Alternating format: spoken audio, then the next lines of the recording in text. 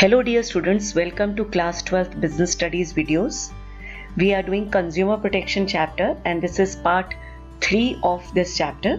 I hope you have seen part 1 and part 2 of the videos for this chapter. So the topics which we have covered till now are rights of consumers, responsibilities, reliefs, then who is consumer, who can file a case, against whom case can be filed. So today what we are going to do is we are going to do the 3-tier machinery under Consumer Protection Act. Now what do you mean by 3-tier is there are 3 judicial levels which are there where a consumer can go and file a case. That's why this is called as 3-tier machinery under Consumer Protection Act. We have district forum at district level, then state commission at state level, and then national commission at national level. And I want to tell you there is another name which is being used for them. Like for National Commission, the name is National Consumer Dispute Redressal Commission. Similarly for State Commission also, the name is State Consumer Dispute Redressal Commission. And for District Forum, the name is District Consumer Dispute Redressal Forum. But from the examination point of view, it is up to you whether you want to learn this name or this name. So even this short name is acceptable. So now I'll tell you what is the difference between these 3 judicial machineries and how consumer has to approach them. So first is the complaint value. When we're deciding the complaint value, we are going to take into consideration the value of goods or service in question along with the compensation claimed. So if that amount does not exceed 1 crore rupees, the complainant can go to district forum. But if the complaint value exceed 1 crore but does not exceed 10 crore, the complainant has to go directly to state commission. And in case the complaint value is more than 10 crore rupees, in that case, the complainant can go to national commission. Now coming to the constitution. So in district forum, there is 1 president and not less than 2 and not more than such number of members as may be prescribed. In state commission, there is a president and not less than 4 and not more than such number of members as may be prescribed. And in case of national commission, we have 1 president and not less than 4 or not more than such number of members as may be prescribed. Now coming to who set up district forum, state commission and national commission. So district forum is set up by state government. State commission is set up by state government and national commission is set up by central government. Now coming to the next basis. In case you are not satisfied by the decision given by particular forum, where can you go and apply next? So appeal to the next redressal agency will be made within few days of passing the order. So if your case is there in district forum and you are not satisfied, you can go to state commission, but within 45 days of passing of order. And in case your case is there in state commission and you are not satisfied with the decision given by state commission, you can go to national commission, but within 30 days of passing of the order.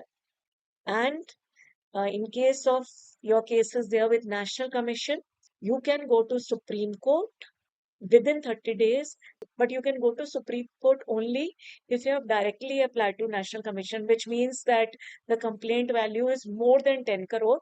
So you have directly applied to National Commission and you are not satisfied. So in that case, you are allowed to go to the next redressal agency, that is Supreme Court, within 30 days of passing the order. And coming to procedure of handling grievance, it is same in district forum, state commission and national commission. Now I'm going to discuss the procedure of handling grievance. Either on the first hearing or at later stage, if it appears to commission that there exists an element of settlement which may be acceptable to both the parties, that is complainant and the defendant, it may direct them to give their consent for settlement of dispute through mediation within 5 days. parties may say yes or no for the settlement by mediation. In case parties agree for the settlement by mediation, they have to give a written consent and the matter is referred for mediation. So mediation is basically a voluntary dispute resolution process where the third party facilitates negotiation between the disputed parties to negotiate for their rights and interest by themselves. And in this case, provisions relating to mediation shall apply. In case parties disagree for the settlement by mediation, Commission will proceed with the complaint. The complaint may be related to defect in goods or it may be related to deficiency in services. In case of defect in goods, Commission will see if it can be determined with test or analysis. If the answer is yes, it's fine. But if the answer is no, in that case, it obtains a defective product, seal it, and send it to the appropriate authority to do the test and analysis. Now you can see this question. I'll read it out for you, but I told you we have to first read the question. Can Himanshu appeal against the decision of State Commission? Give reasons in support of your answer. Himanshu purchased a new car from Galaxy Motors for 25 lakh. He was offered free insurance for first year and 3 free services to be availed after the car has covered 5,000 kilometers, 10,000 kilometers and 15,000 kilometers respectively. When Himanshu took the car for first free servicing, he was told that car was not new and the first service has already been availed on this car. He felt cheated and filed a case in State Commission. Being not satisfied with the decision of State Commission, after 2 months he decided to file a appeal against it. So you need to remember is that when is he filing the case? He filed the case to State Commission, but after 2 months he realized that no, he is not satisfied. He'll file case to the next commission which is there, that is National Commission. But can Himanshu appeal against the decision of State Commission to the next forum? The answer is no. And the reason is appeal before the next redressal agency can be made within 30 days of passing order. But you can see here it is written is that he decided to file a case after 2 months. So he'll not be allowed to file the case. Now you are aware of concept of consumer protection. So according to Consumer Protection Act 1986, consumer protection means protecting and promoting the interest through speedy and inexpensive redressal of grievances. It refers to protection of consumer against unfair practices by producers or traders, and you already know what type of unfair trade practices are there, like adulteration, substandard quality, overcharging, making misleading claims in the advertisement. So consumer protection ensures consumer to be protected against all such unfair trade practices. And the essence of consumer protection is curbing such practices through legislative and other measures. So we have done the legal machinery which is there where you can go and file case and how can you get the relief. So the next topic is importance of consumer protection. This we are going to do under 2 heads, from consumer's point of view and from business point of view. So first we are going to do it from the point of view of consumer. The first point is consumer ignorance. So why consumer protection is important is because consumers are ignorant. They are still not aware of their rights, what are the reliefs available. So till the time they are educated for same, it is very important to protect the interest of consumers. Next is unorganized consumers.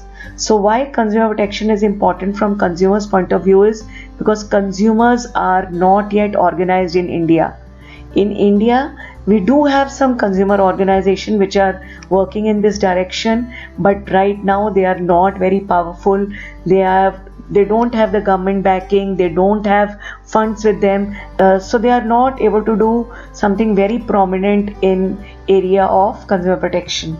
Third is widespread exploitation of consumer. So do you all agree, students, that in our country there are a lot of unfair trade practices going on and consumers are exploited, where they are getting a defective or unsafe product, they are facing adulteration, they are seeing false and misleading advertisements, then there is hoarding, black marketing. So consumer need to be protected against these exploitation which is widespread in our country. So that's why consumer protection is important in our country from consumers' point of view. Now let us do it from the point of view of business. Why business should protect consumer? So the first point is long-term interest of business.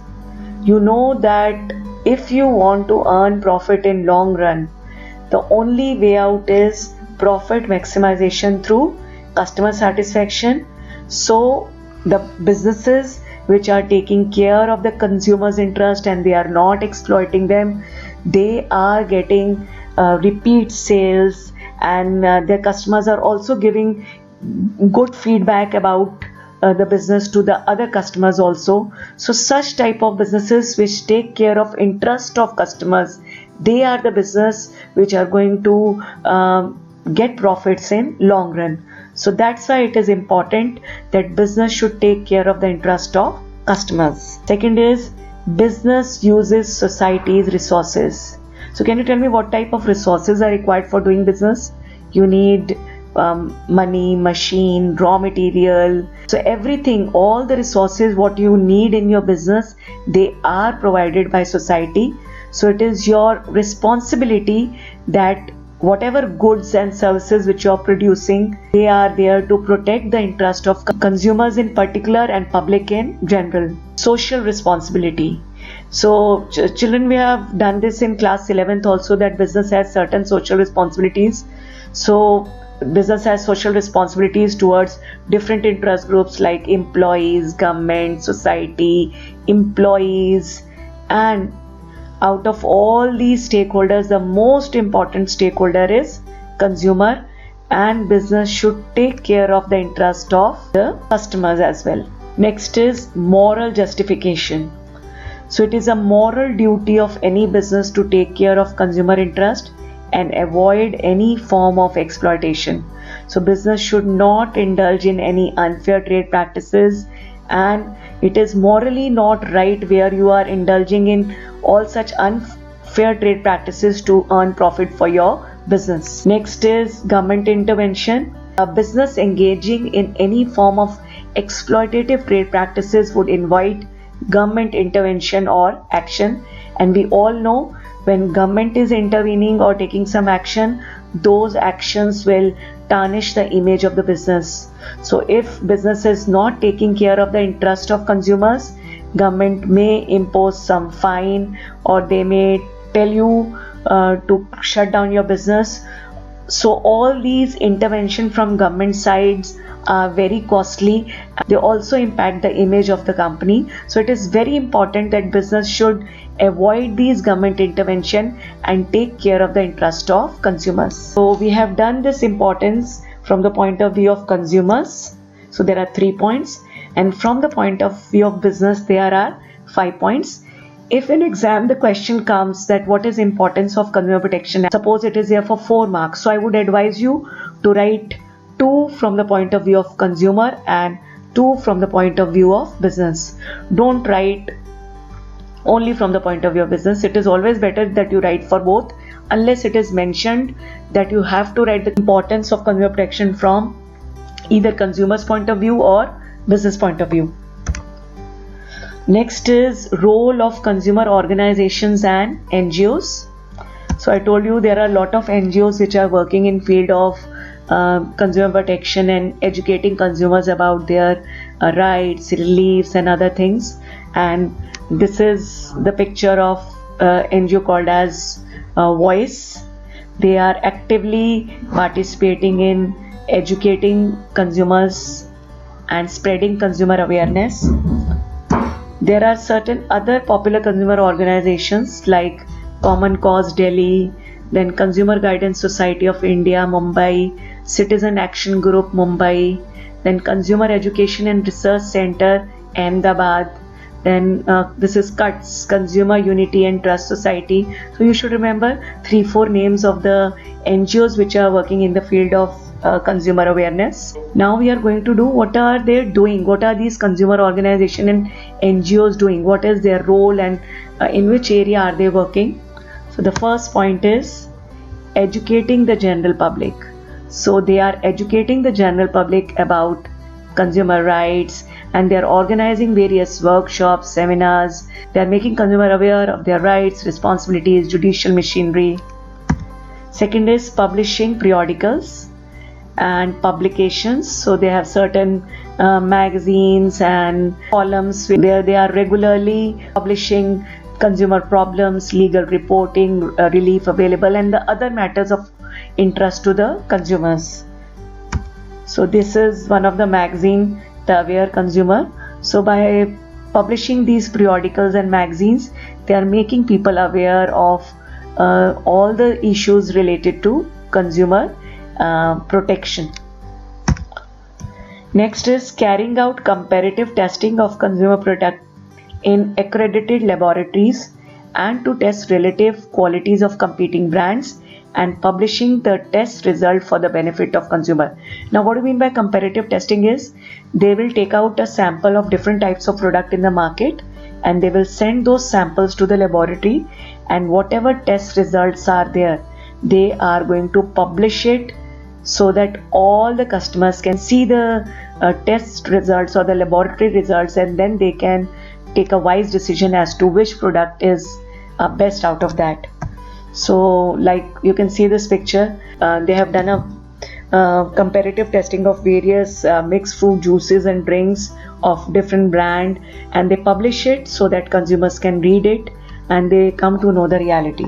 Next is encouraging consumers to strongly protest and take action. They encourage all the consumer that if you're facing any exploitative or unfair trade practice, you must file a case. Next is providing legal assistance to the consumers. So sometimes consumers are not aware of how to file a case and all, so they do give legal advice as to how they can file a case and go ahead with a particular problem which the consumer is facing. Next is filing a complaint in an appropriate court on behalf of consumer. So sometimes consumers are illiterate or they are not in a condition to file a case, so these NGOs do file complaint on their behalf. Next is taking an initiative in filing cases in court in the interest of general public and not for an individual.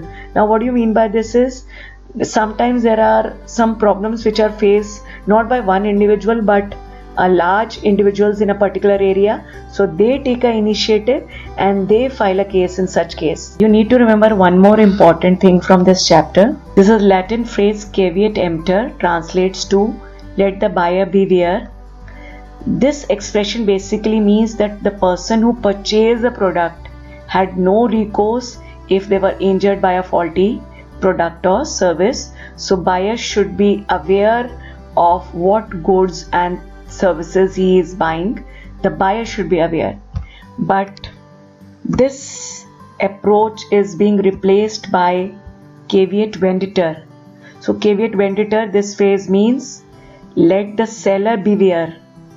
So earlier it was let the buyer beware, and now it is let the seller beware. So now society demanded that manufacturers should be held responsible for any injuries the product, injuries or any loss which is faced by consumer due to defective product or deficient services. This all happened because of competition, and now consumers have more choice, and due to this the earlier concept of caveat emptor is being replaced by caveat venditor. So the last topic of this chapter is consumer protection has wide agenda. So if you talk of scope of Consumer Protection Act, it has a wide scope, it has a wide agenda, and why it has wide agenda is, you will write the following points. First is coverage of items. It covers all goods and services unless it is exempted by government. So coverage of sectors, it covers all the sectors, whether private sector or public sector. Compensatory nature of provision means that this act is in nature of compensating for the loss or injury suffered to the consumer. And fourth is it has group of consumer rights. You already know the 6 rights which are there. Then it provides effective safeguard against defective product also, services also, unfair trade practices also. So everything is covered under this act, and it provide a complete safeguard to the consumers. And sixth is there is a 3-tier grievance redressal machinery, and that you know is district forum, state commission and national commission. So if you are not satisfied with the decision given by district forum, you know that you can go to state commission. Again, if you are not satisfied, you can go to national commission. And then Consumer Protection Act ensures that all the redressals are given within a limited time period and the case is settled. And it also ensures that apart from NGOs, there should be consumer protection councils which take care of the interest of the consumers. So this answer you have to write if the question comes that why consumer protection has a wide agenda, or what is the scope of consumer protection. So if you want to get the details of what explanation you can write, you can check our blog. I will share the link at the end of this video. So let us recap the topics which we have done in this chapter. So we have done rights of consumers, responsibilities of consumers, reliefs available to consumer, then the 3-tier judicial machinery, then importance of consumer protection we have done from the point of view of consumer as well as from the point of view of business. Then we have done role of consumer organizations and NGOs, then who is consumer, who can file a case, and against whom case can be filed. So all these are the main topics of this chapter. This is a blog which I was telling you about. The name of this blog is www.bstclass12.blogspot.com. Please go through this blog. You will find lot of questions, case studies and other reference material in this blog.